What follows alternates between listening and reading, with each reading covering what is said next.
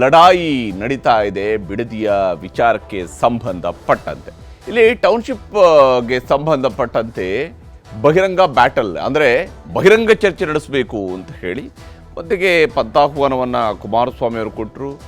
ಮುಖ್ಯಮಂತ್ರಿಯವರು ವಿಧಾನಸೌಧದಲ್ಲಿ ಮಾಡೋಣ, ನನ್ನ ಕಚೇರಿಯಲ್ಲಿ ಮಾಡೋಣ ಅಂತ ಹೇಳಿದರು. ಅವರು ಕುಮಾರಸ್ವಾಮಿ ಅವರು ಸುಮ್ಮನಿಲ್ಲ, ಅವರು ವಿಧಾನಸೌಧದಲ್ಲೆಲ್ಲ ಬೇಡ ಬಹಿರ್ಮಂಗಲದಲ್ಲಿ ಮಾಡೋಣ ಅಂತ ಹೇಳ್ತಾ ಇದ್ದಾರೆ. ನಾಳೆ ಬಿಡದಿಯಲ್ಲಿ ನಡೆಯುತ್ತಾ ಹೈ ವೋಲ್ಟೇಜ್ ಬಹಿರಂಗ ಚರ್ಚೆ ಅನ್ನುವಂಥ ಅನುಮಾನ ಸಹಜವಾಗಿ ನಿರುತ್ತದೆ. ಯಾಕೆಂದರೆ ಕುಮಾರಸ್ವಾಮಿ ಅವರು ಪದೇ ಪದೇ ಕೇಳ್ತಾ ಇದ್ದಾರೆ, ಇವತ್ತು ಕೂಡ ಕೇಳಿದ್ದಾರೆ, ಬನ್ನಿ ನಾಳೆ ಬನ್ನಿ, ನೀವು ಬೈರಮಂಗಲಕ್ಕೆ ಬನ್ನಿ, ಅಲ್ಲಿ ಚರ್ಚೆ ಮಾಡೋಣ ಅಂತ ಹೇಳ್ತಾ ಇದ್ದಾರೆ. ಆದರೆ ಕುಮಾರಸ್ವಾಮಿ ಅವರು ಮೊನ್ನೆ ಹೇಳ್ತಾ ಇದ್ದಂಥ ರೀತಿಗೂ ಇವತ್ತು ಹೇಳ್ತಾ ಇರುವಂತಹ ಅವರ ಮಾತಿನ ಶೈಲಿಗೂ ಸ್ವಲ್ಪ ವ್ಯತ್ಯಾಸ ಗೋಚರಿಸ್ತಾ ಇತ್ತು. ಅಂದರೆ ನಾನು ಈ ಯೋಜನೆಗೆ ವಿರೋಧ ವ್ಯಕ್ತಪಡಿಸ್ತಾ ಇದ್ದೀನಿ ಅಂತ ಹೇಳಿಲ್ಲ, ನಾನು ರೈತರ ಪರವಾಗಿ ನಿಂತಿದ್ದೀನಿ ಅಷ್ಟೇ, ರೈತರ ಜೊತೆಗೆ ನಾನು ನಿಂತಿದ್ದೀನಿ.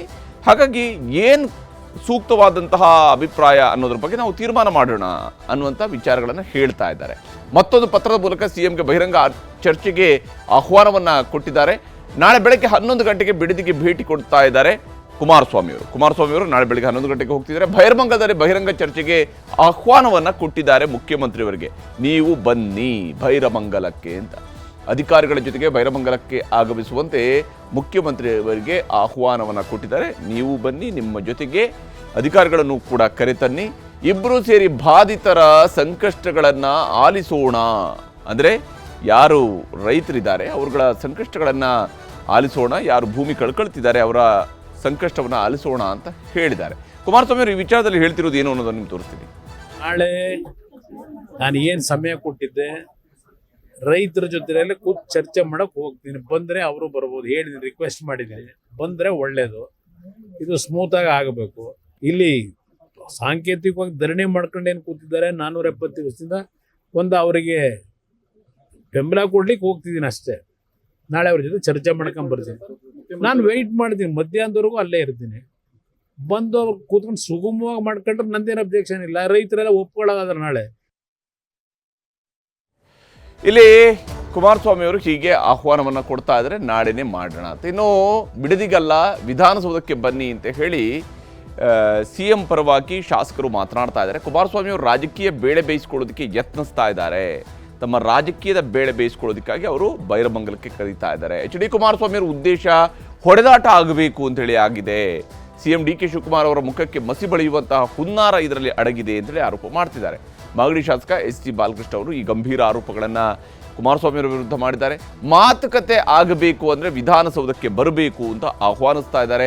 ಏನೇ ಇದ್ರೂ ಸರ್ಕಾರ ನಡೆಯುವ ಜಾಗದಲ್ಲೇ ಚರ್ಚೆ ಆಗಬೇಕು, ಅದನ್ನು ನೀವು ಬೀದಿಯಲ್ಲಿ ಕೂತು ಚರ್ಚೆ ಮಾಡೋದಕ್ಕೆ ಸಾಧ್ಯವೇ ಇಲ್ಲ ಅಂತ ಹೇಳಿ ಶಾಸಕರು ಹೇಳ್ತಾ ಇದ್ದಾರೆ. ಸಿಎಂ ನಿರ್ಧಾರ ಸರಿ ಅಂತ ಸಚಿವ ಯತೀಂದ್ರ ಸಿದ್ದರಾಮಯ್ಯನವರು ಕೂಡ ಹೌದು, ಅವರೇನೇ ಬರೆದಿದ್ರು ಕೂಡ ವಿಧಾನಸೌಧಕ್ಕೆ ಬರಬೇಕು ಅಂತ ಹೇಳಿದ್ದಾರೆ. ಶಾಸಕರು ಮತ್ತು ಸಚಿವರು ಏನು ಹೇಳ್ತಾರೆ ಅಂತ ತೋರಿಸ್ತೀವಿ.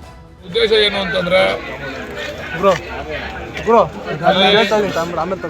ಅಲ್ಲಿ ಎರಡು ಪಕ್ಷದವರು ಸಭೆ ಸೇರಬೇಕು, ಹೊಡೆದಾಡಬೇಕು, ಯಾರಿಗಾರು ಒಬ್ರಿಗೆ ಹೆಚ್ಚು ಕಡಿಮೆ ಆಗಿ ಗೋಲಿಬಾರ್ ಆಗಬೇಕು. ಗೋಲಿಬಾರ್ ಆದಾಗ ಅದ್ರ ಮೇಲೆ ಅವ್ರು ರಾಜಕೀಯ ಬೆಳೆ ಬೇಯಿಸ್ಕೋಬೇಕು ಅಂತ. ಯಾಕಂದರೆ ಇವ್ರಿಗೆಲ್ಲ ಸ್ವಲ್ಪ ಈ ವಿಠಲ್ನಲ್ಲಿ ಗೋಲಿಬಾರು, ಬೇರೆ ಬೇರೆ ಕಡೆ ಗೋಲಿಬಾರ್ ಆಗಿ ಕುಣಗಲ್ ಗೋಲಿಬಾರು, ಇವೆಲ್ಲ ಆಗ ಅವ್ರಿಗೆ ಅನುಭವ ಐತೆ. ಪಾದಯಾತ್ರೆ ಮಾಡಬೇಕು, ಡಿ.ಕೆ. ಶಿವಕುಮಾರ್ ಅವ್ರ ಮುಖಕ್ಕೆ ಮುಸಿ ಬಳಿಬೇಕು ಅಂತಕ್ಕಂಥ ಹುನ್ನಾರ ಮಾಡ್ತಾವ್ರೆ. ಈಗಾಗಲೇ ಒಬ್ರಿಗೊಬ್ರು ಉತ್ತರ ಕೊಟ್ಕೊಂಡಿದ್ದಾರೆ. ಸಿಎಂ ಅವ್ರು ಹೇಳಿದ್ದಾರೆ ಮಾತುಕತೆ ಆಗಬೇಕು ಅಂತಂದ್ರೆ ವಿಧಾನಸೌಧಕ್ಕೆ ಬರಬೇಕು. ವಿಧಾನಸೌಧದ ಜನರ ಕೆಲಸ ನಡೆಯುವಂಥ ಕೆಲಸ, ಸರ್ಕಾರ ನಡೆಯುವಂಥ ಕೆಲಸ ನಡೆಯುವಂಥ ಜಾಗ ಅಷ್ಟು ಆ ಸ್ಥಳದಲ್ಲಿ ಬಂದು ಅವ್ರು ಮಾಡಬೇಕು ಹೊರತು ಎಲ್ಲೋ ಬೀದಿನಲ್ಲಿ ಬಂದು ನಾವು ಮಾತಾಡಿ ಅಂತಂದರೆ ಆಗಲ್ಲ.